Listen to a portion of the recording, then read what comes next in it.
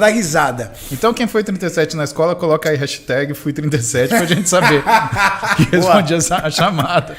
Irmão, você nasceu em São Paulo? Nasci em São Carlos. Na verdade, eu nasci entre São Carlos e Descalvado, numa fazenda, no Sítio Pérola, que foi uma propriedade que meu pai comprou justamente para viver com a minha mãe, porque eles tinham uma cabeça meio de solitude, afastamento. Meu pai é físico, minha mãe é artista plástica. Né? Meu pai queria estudar e ficar isolado realmente da humanidade. Né? E minha mãe queria pintar e ela se isolava na cabeça dela da humanidade. Nasci no sítio, né? Depois eles infelizmente se separaram e aí meu pai veio para São Paulo e minha mãe foi para Marília, onde estava a família dela. E aí começa toda a nossa história, né? Eu crescendo em Marília, meu pai batalhando em São Paulo e cuidando da gente, porque meu pai nunca negligenciou nem a mim nem a minha mãe. Meu pai era o cara que ligava todo dia no telefone para saber se estava tudo bem. Meu pai saiu do casamento com uma panela nas costas. Sério?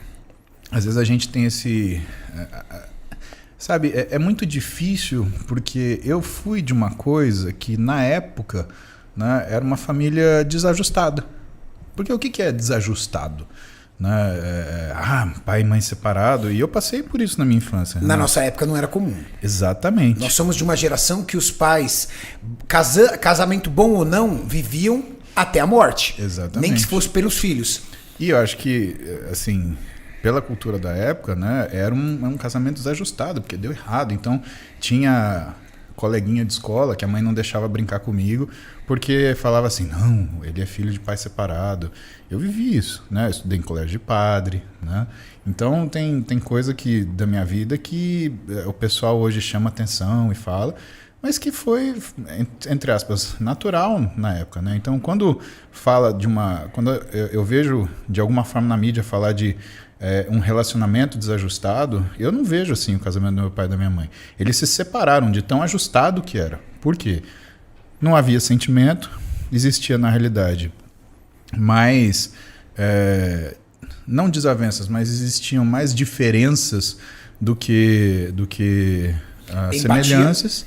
Né? E eles acharam por bem, né, que as coisas, cada um separasse e seguisse seu caminho. Minha mãe seguiu o caminho dela, meu pai seguiu o caminho dele e assim foi. Eu acho que isso é um sinal de ajuste. Né? O que é, na minha opinião, desajustado? Né?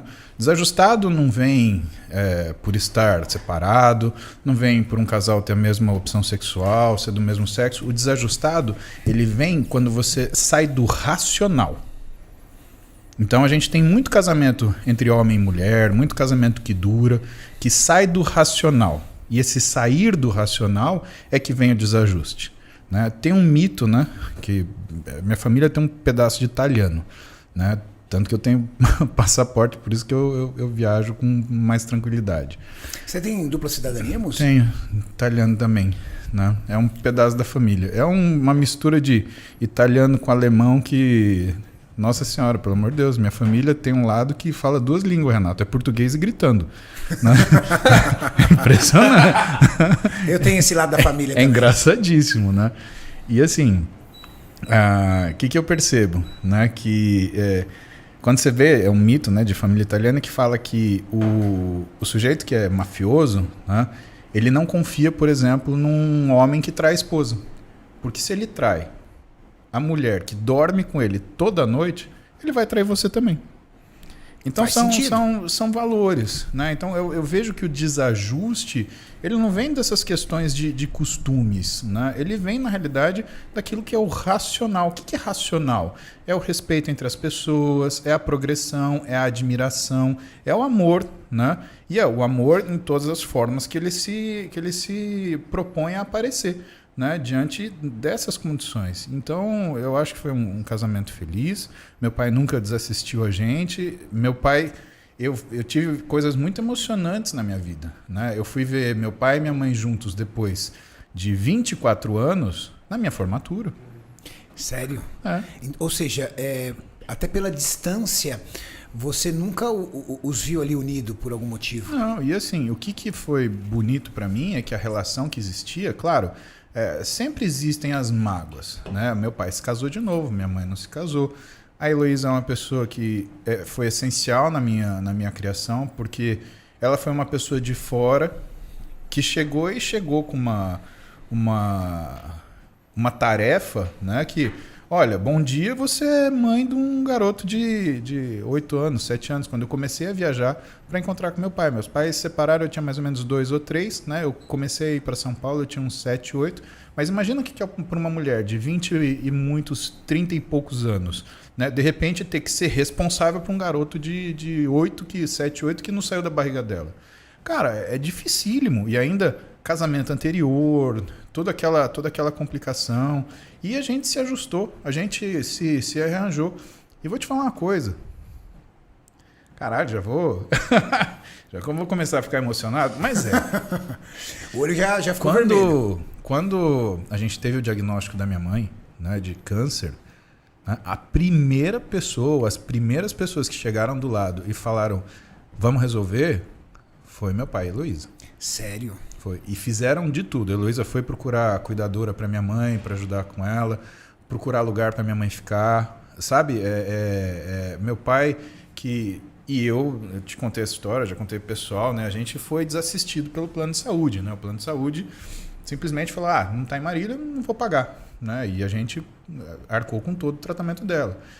Que foi o que eu te falei, que a Roberta falou. Ela falou, a gente vende a casa, mas sua mãe sobrevive dessa, né? Graças a Deus a gente não precisou vender a casa, minha mãe sobreviveu, mas meu pai foi o cara que foi atrás de questões legais, de jurídicas, porque eu tinha que trabalhar, tinha que ganhar dinheiro, tinha que correr atrás, tinha que dar conta da minha família, de todo o funcionamento do consultório, das coisas práticas da doença da minha mãe, acompanhar junto com os outros médicos, estar nas cirurgias, estar nas quimioterapias, estar nas radioterapias. E quem que vai correr atrás disso? Meu pai correu. Agora, você imagina a maturidade emocional dessas pessoas, sabe? Da minha mãe, tá aceitando a ajuda do ex-marido dela, que se casou de novo. Do meu pai, tá ajudando a mulher que ele se separou e que teve um laço emocional muito forte. E da esposa do meu pai, que observava isso. E que com todo amor, ela assistiu a gente. Cara, teve um dia, a gente se encontrou em casa e é uma situação que eu não consigo nem te definir. Mas eu vi minha mãe, Heloísa, falando do filho delas. Você consegue imaginar ter 2 mães, né? E com carinho, e com visões completamente diferentes, né? A minha mãe com a visão dela, que é mais emocional e mais, como é que fala? Mais imaginativa, mais expectativa. E a Heloísa, que é uma cientista, professora doutora em ciências sociais, uma visão pragmática, porque ele é bem sucedido, porque ele é isso, porque ele é aquilo. Cara, não tinha lugar para ir para o meu pai. Então eu e meu pai ficamos para um canto, as duas ficaram no outro. E assim, é muito emocionante perceber que aquilo que a gente chama de conceito de desajuste familiar, ele não serve do jeito que a maioria das pessoas usam. O desajuste familiar, ele vem quando existe uma ausência de racionalidade no tratamento entre as pessoas, né? Um pai que briga com o filho, uma mãe que não aceita um filho e uma filha, isso é uma família desajustada. Mas como eu te falei, né? Quando você tem 2 indivíduos do mesmo sexo, ou então você tem uma separação, ou você tem uma adoção, ou você tem... Cara, isso é o ajustado, isso é a prova do ajuste, porque deu certo. É muito errado você chamar aquilo que dá certo de desajuste. Não, claro, é que as pessoas às vezes confundem desajuste com o padrão que a sociedade espera. Convencional. Né? Convencional. E a gente não vive mais uma situação convencional. Renato, teu físico é convencional? Não. Então a gente nem se parece de forma convencional, né? A gente nem se parece com os homens que tinham 40 anos na nossa idade. Como é que era quando você tinha 15, 16 e você via um cara de 40? Acabado. Um tiozinho. Tipo Maurício. Coitado do Caralho, velho. Não, Maurício, eu uso você como um bom gratuito, Renato. Nossa, foi um chilé. Ô, Renato, assim. Minha mãe tá assistindo, Renato. Olha, minha mãe